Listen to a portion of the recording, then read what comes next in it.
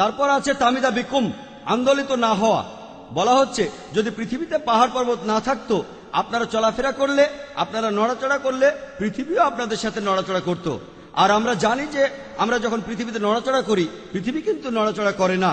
আর ঠিক এই কারণেই ডক্টর ফ্র্যাঙ্ক প্রেসের মতামত অনুযায়ী আর সৌদি আরবের ডক্টর নাজাতের মতে, তিনি কোরআনের ভূতত্ত্ববিদ্যা নিয়ে পুরো একটা বই লিখেছেন। সেখানে উইলিয়াম ক্যাম্বেলের প্রায় প্রত্যেকটা প্রশ্নের উত্তর দেওয়া আছে, বিস্তারিত।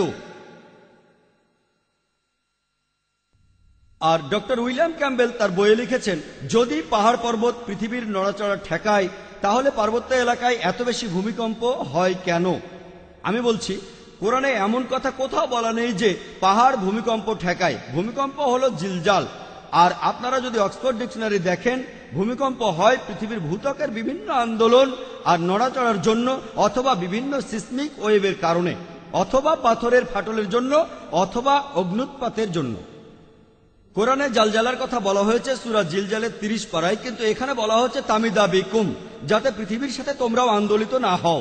এবারে আমি উত্তর দিয়ে বলি যে যদি পাহাড় ভূমিকম্প ঠেকায়, তাহলে পার্বত্য এলাকায় কেন সবচেয়ে বেশি ভূমিকম্প হয়? এটার উত্তরে বলি যে যদি আপনি বলেন মেডিকেল ডাক্তাররা তারা মানুষের বিভিন্ন রোগ বালাই দূর করে, তখন যদি কেউ বলে যদি ডাক্তাররা মানুষের রোগ বালাই সারায়, তাহলে হসপিটালে কেন বেশি রোগীদের দেখা যায়? যেখানে অনেক বেশি ডাক্তার। আর বাসা বাড়িতে কেন দেখা যায় না? সেখানে তো কোনো ডাক্তারই থাকে না।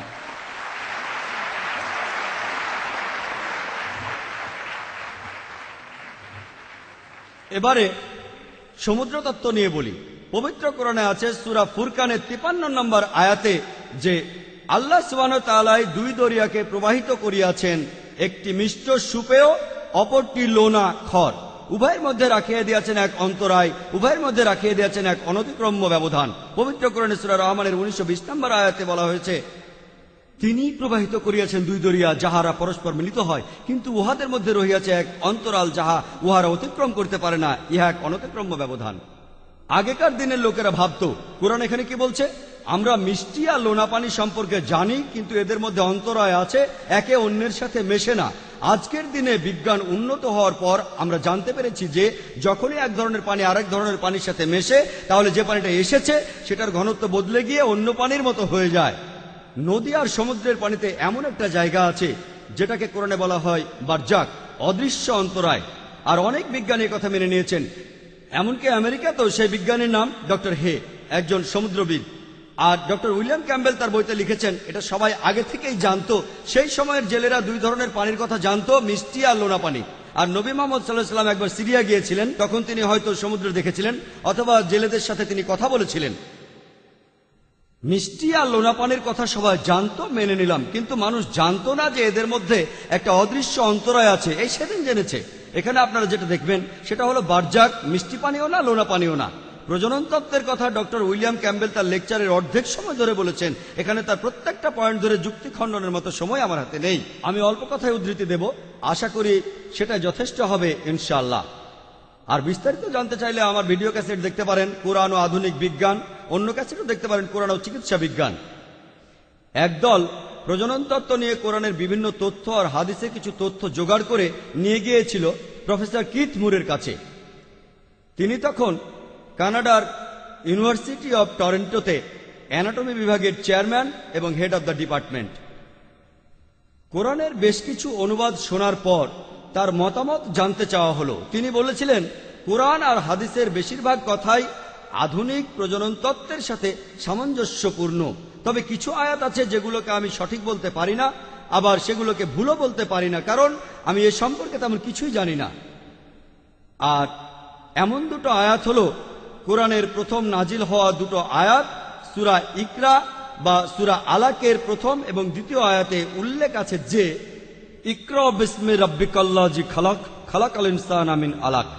পাঠ করো তোমার প্রতিপালকের নামে, যিনি সৃষ্টি করিয়াছেন, যিনি মানুষকে সৃষ্টি করিয়াছেন আলাক হইতে, যে বস্তুটা ঝুলে থাকে জোকের মতো দেখতে কিছু একটা।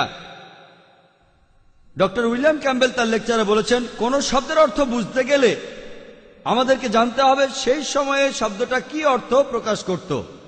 যে সময় বোর্ডে লেখা হয়েছে, তিনি ঠিকই বলেছেন যে অর্থ বুঝতে গেলে আমাদের বুঝতে হবে সেই সময় শব্দটা দিয়ে কি বোঝাতো, আর সেই সময় লোকজন শব্দটা দিয়ে কি বুঝতো। বাইবেল সম্পর্কে ক্যাম্পবেলের কথা বলতে গিয়ে বলি, আমি তার সাথে সম্পূর্ণ একমত।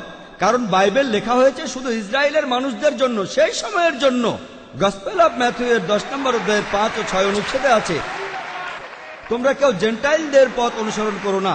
এই জেন্টাইল কারা? যারা ইহুদি নয়, হিন্দুরা আর মুসলিমরা, বরং তোমরা ইসরায়েলবাসীদের পথ অনুসরণ করো। ঈসা আলাইহিস সালাম গসপেল অফ ম্যাথিউ বলেছেন 15 নম্বর অধ্যায়ের 24 নম্বর অনুচ্ছেদে আছে, আমি শুধুমাত্র ইসরায়েলবাসীদের পথ নির্দেশনার জন্যই পৃথিবীতে এসেছি। তাই যীশুখ্রিস্ট আর বাইবেল শুধু ইসরায়েলবাসীদের জন্যই। যেহেতু বাইবেল তাদের জন্যই ছিল, এই শব্দগুলোর অর্থ আপনাকে বুঝতে হবে, সেই সময়ের শব্দগুলো বুঝতে হবে। তবে কোরআন শুধু সেই সময়ের আরববাসীদের জন্য পাঠানো হয়নি, কোরআন শুধু মুসলমানদের জন্য আসেনি। কোরআন পৃথিবীতে এসেছে পুরো মানব জাতির জন্য, আর কোরআন এসেছে সব সময়ের জন্য।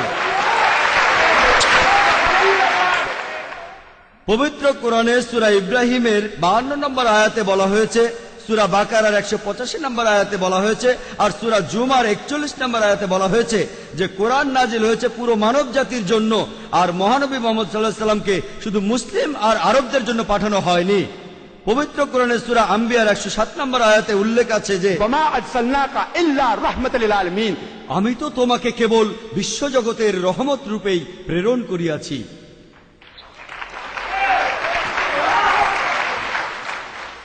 তাই যদি পবিত্র কোরআনের কথা বলেন, এর অর্থকে সেই সময়ের মধ্যে বেঁধে রাখতে পারেন না। কোরআন এসেছে চিরকালের জন্য। তাহলে আলাকা শব্দটার একটা অর্থ হলো জোকের মতো কোনো বস্তু বা যে বস্তুটা ঝুলে থাকে। তাই প্রফেসর কিথ মুর বলেছেন, আমি জানি না মানব ভ্রূণ প্রথমে জোকের মতো থাকে কিনা। তখন তিনি ল্যাবরেটরিতে গিয়ে একটা মাইক্রোস্কোপ দিয়ে ভ্রূণের প্রাথমিক অবস্থাটা দেখলেন আর জোকের একটা ছবির সাথে সেটা মেলালেন, আর এদের সাদৃশ্য দেখে তিনি অবাক হয়েছিলেন। ডক্টর উইলিয়াম ক্যাম্বেল আপনাদের এটারই অন্য চেহারা দেখিয়েছেন। বইটা যদি এভাবে দেখায়, এটা একটা আয়তক্ষেত্র, আর যদি এভাবে দেখায় তাহলে চেহারাটা হবে অন্য রকম। এই ডায়াগ্রামটা বইটাতে দেয়া আছে।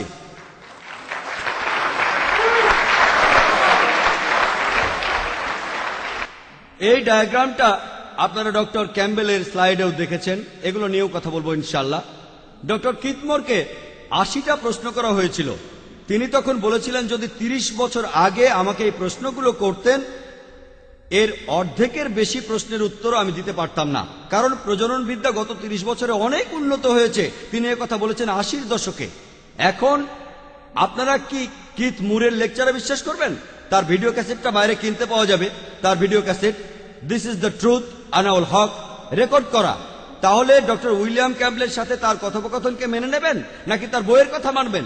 এই বইতে যে ছবিটা আপনাদের দেখালাম সেটা মানবেন, আর ডক্টর কিথ মুরের ভিডিও ক্যাসেট আপনারা দেখবেন, তিনিই কথাগুলো বলেছেন। তাহলে আপনারাই বেছে নেন কোনটা মানবেন, ডক্টর উইলিয়াম ক্যাম্বেলের সাথে কথোপকথন নাকি ভিডিওতে তার লেকচার। যেভাবে ডক্টর ক্যাম্বেল আমার ভিডিও দেখালেন 100% প্রমাণিত, 100% প্রমাণিত। আমি বলেছিলাম চাঁদের আলো একটা প্রতিবিম্ব, আমি এ ব্যাপারে পরে আসছি। কোরআন আর হাদিস থেকে যে তথ্য পাওয়া গিয়েছিল সেগুলো নিয়ে একটা বই লেখা হয়েছিল, দ্য ডেভেলপিং হিউম্যান, এটা 3য় সংস্করণ।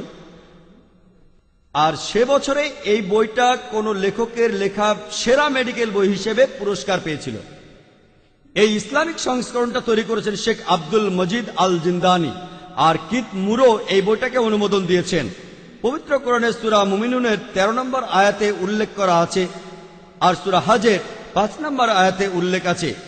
এছাড়াও পবিত্র কোরআনে মোট 11 বার উল্লেখ করা আছে যে মানুষ জন্মগ্রহণ করে নুতফা থেকে, সামান্য কিছু তরল পদার্থ, কাপের ভেতরে পড়ে থাকা সামান্য তরল।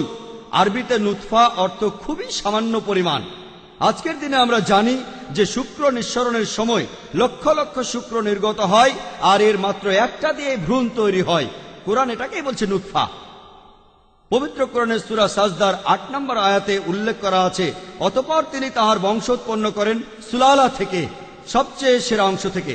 যে শুক্র থেকে ভ্রূণটা তৈরি হয় লক্ষ লক্ষ শুক্রের মধ্য থেকে, এটাকেই কোরআন বলছে সুলালা। এই সুলালা সবচেয়ে সেরা অংশ থেকে, সবচেয়ে সেরা অংশ। পবিত্র কোরআনের সূরা ইনসানের 2 নম্বর আয়াতে উল্লেখ করা আছে, আমি তো মানব জাতিকে সৃষ্টি করিয়াছি নুতফাতুন আমসাজ থেকে, মিলিত শুক্রবিন্দুর সামান্য অংশ থেকে। এখানে শুক্রবিন্দু আর ডিম্বাণু দুটোর কথাই বলা হয়েছে। ভ্রূণ গঠনের জন্য এই দুটোরই প্রয়োজন। আর কোরআনে ভ্রূণ তৈরি হওয়ার বিভিন্ন স্তর বিস্তারিতভাবে বর্ণনা করা হয়েছে। ডক্টর উইলিয়াম ক্যাম্বেল এ ব্যাপারে আপনাদের স্লাইড দেখিয়েছেন। এতে করে আমারও সুবিধা হয়েছে।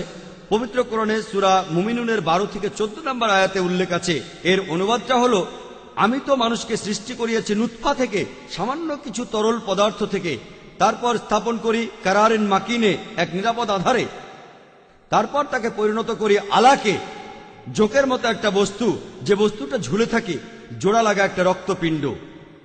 তারপর সেই আলাকাকে পরিণত করি মুতগায়, এক টুকরো মাংসপিণ্ডে। তারপর একে পরিণত করি লাজমায়, অস্থিতে। তারপর এই অস্থিকে ঢাকিয়া দেয় লেহাম দ্বারা, গোস্ত দ্বারা। তারপর উহাকে গড়ে তুলি অন্য এক সৃষ্টিরূপে। অতএব সর্বোত্তম স্রষ্টা আল্লাহ কত মহান। কোরআনের 3টা আয়াতে ভ্রূণ গঠনের বিভিন্ন স্তর নিয়ে বিস্তারিত আলোচনা করা হয়েছে। প্রথমে নুতফাকে রাখা হয় একটি নিরাপদ আধারে, তারপর এটা আলাকায় পরিণত হয়। আলাকা শব্দটা 3টি অর্থ আছে। একটা হলো যে বস্তুটা ঝুলে থাকে, আর আমরা জানি ভ্রূণ গঠনের প্রথম দিকে ভ্রূণ জরায়ুর দেয়ালে ঝুলে থাকে এবং শেষ পর্যন্ত ঝুলেই থাকে। 2 নম্বর, এটার আরেকটা অর্থ হলো জোকের মতো একটা বস্তু। আর আমি আগেও বলেছি যে প্রথম অবস্থায় ভ্রূণ দেখতে অনেকটা জোকের মতো। শুধু জোকের মতো দেখতে নয়, এর ব্যবহারটাও জোকের মতো। এই ভ্রূণ তখন মায়ের শরীর থেকে রক্ত গ্রহণ করতে থাকে। আর তৃতীয় অর্থটা ডক্টর উইলিয়াম ক্যাম্বেল বললেন যে এটা সঠিক অর্থ, জমে যাওয়া একটা রক্তপিণ্ড। আর এটাই পবিত্র কোরআনের একটা বৈজ্ঞানিক ভুল। আর আমিও মেনে নিচ্ছি যে ডক্টর ক্যাম্বেল একমত হননি। তিনি বললেন যে এটা কিভাবে একটা রক্তপিণ্ড হতে পারে, কারণ যদি সেটা হয়ে থাকে তাহলে পবিত্র কোরআন ভুল। আমি দুঃখের সাথে জানাচ্ছি, কোরআন ভুল বলেনি। এখানে সম্মানের সাথে বলছি, ডক্টর উইলিয়াম ক্যাম্বেলই ভুল বলেছেন। কারণ আজকের দিনে বর্তমানে প্রজনন তত্ত্বের অনেক উন্নতির পর, এমনকি ডক্টর কিথ মুরও তিনি বলেছেন যে ভ্রূণ গঠনের প্রাথমিক অবস্থায় এটাকে দেখায় অনেকটা জোকের মতো, এমনকি জমাট বাঁধা একটা রক্তপিণ্ডের মতো দেখায়। কারণ এই প্রাথমিক অবস্থায় আলাকায় পরিণত হওয়ার সময় 3 থেকে 4 সপ্তাহে রক্ত জমে একটা পিণ্ডে পরিণত হয়। আর ডক্টর উইলিয়াম ক্যাম্বেল আমার জন্য সুবিধা করে দিয়েছেন, আপনাদের স্লাইডগুলো দেখিয়েছেন। আপনাদের দেখতে অসুবিধা হতে পারে, তবে উনি এটাই আপনাদের স্লাইডে দেখিয়েছেন। আর ঠিক এই কথাটাই প্রফেসর কিথ মুর বলেছেন, একটা পিণ্ডের মতো দেখে মনে হয় একটা রক্তপিণ্ড। আর ভ্রূণ গঠনের 3 সপ্তাহের মধ্যে রক্ত চলাচল শুরু হয় না, এটা হয় আরো পরে। তাই এটাকে দেখায় একটা পিণ্ডের মতো। আর যদি আপনারা গর্ভপাতের পরে ভ্রূণটাকে দেখেন, এটাকে দেখায় একটা রক্তপিণ্ডের মতোই। মাত্র একটা কথায় ডক্টর উইলিয়াম ক্যাম্বেলের সব অভিযোগের উত্তর দেয়া যায়। কোরআনে ভ্রূণ গঠনের যে স্তরগুলোর কথা বলা আছে সেগুলো কেমন দেখতে সেটাই শুধু বলা হয়েছে। কেমন দেখতে প্রথমে বলছে, আলাকা কেমন দেখতে, জোকের মতো দেখতে অথবা রক্তপিণ্ডের মতো দেখতে। আর ডক্টর উইলিয়াম ক্যাম্বেল ঠিকই বলেছেন যে মহিলারা তার কাছে এসে বলেন, প্লিজ পিণ্ডটা বের করে দিন। এটাকে দেখায় একটা পিণ্ডের মতোই।